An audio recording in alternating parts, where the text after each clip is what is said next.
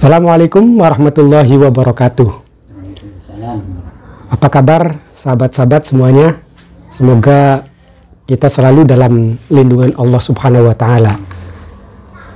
Kesempatan ini saya ingin menyikapi tentang fenomena prank yang muncul ramai dilakukan oleh banyak orang, terutama di Indonesia. Banyak sekali orang-orang yang sekarang ini menampilkan kegiatan-kegiatan yang sifatnya boleh dikatakan sebagai ngeprank atau ngerjai orang lah. Fenomena ini sebenarnya tidak hanya terjadi pada saat-saat ini saja. Dulu misalnya pada zaman Rasulullah SAW, ngeprank juga menjadi bagian yang pernah dilakukan oleh para sahabat-sahabat Nabi.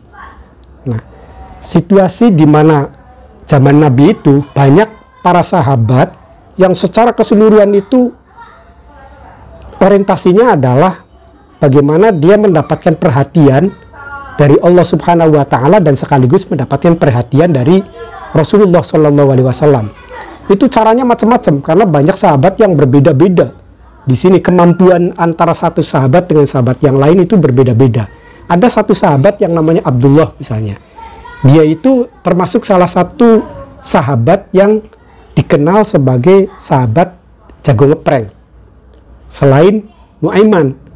Jadi dua sahabat ini, Nuaiman dan Abdullah, itu merupakan di antara dua tokoh sahabat yang memang jagonya ngeprank di zaman Kanjeng Nabi. Nah, Abdullah itu suatu ketika dia itu mabuk-mabukan karena dia orangnya suka mabuk, bermaksiat, minum-minum arak dan lain sebagainya. Ketika mabuk, dia langsung menuju masjid, menuju Rasulullah ketika melakukan sholat dan lain sebagainya. Itu selalu saja dilakukan oleh dia seperti itu.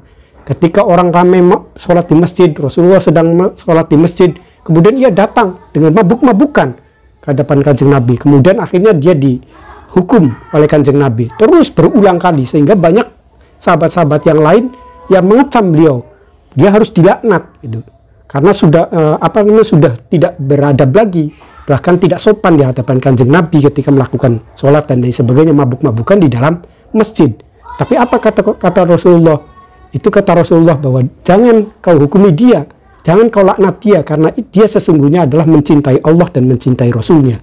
Itu cara bagaimana dia, Abdullah, ngerjai Kanjeng Nabi, itu dengan tujuannya adalah mendekatkan diri kepada Allah dan juga sekaligus ingin dekat kepada Rasulullah, mendapatkan perhatian dari Rasulullah.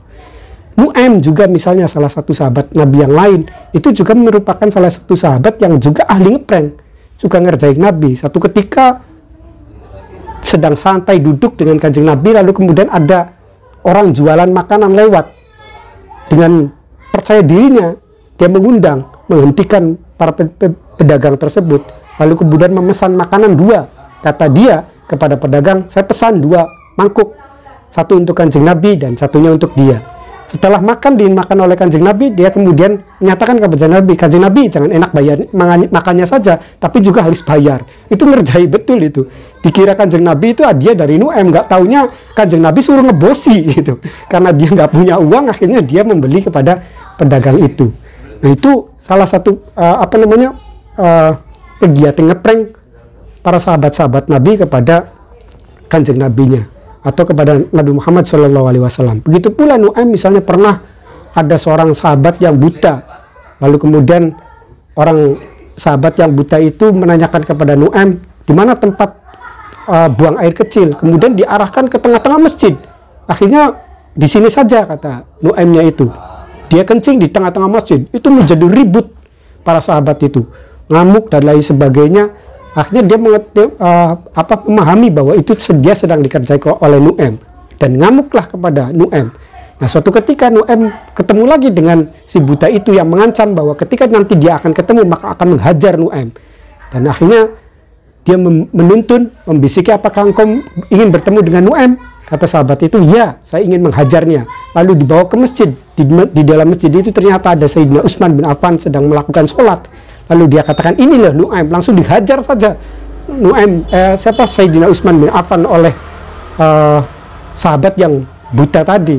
Akhirnya ramai juga diperbincangkan bahwa ada Amirul Mukminin yang dipukuli oleh sahabat yang buta, dan itu ternyata sedang dikerjai oleh Nuaiman.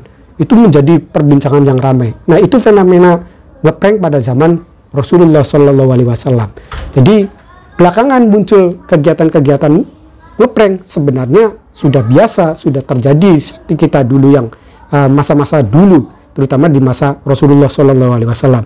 Tapi yang paling menjadi catatan adalah bagaimana dengan ngeprank kita tujuannya itu, atau niat ngeprank kita itu kalau zaman dulu, zaman sahabat, ngeprank itu tujuannya adalah bagaimana mencari perhatian agar mendapatkan perhatian dari Rasulullah dan mendapatkan perhatian oleh Allah.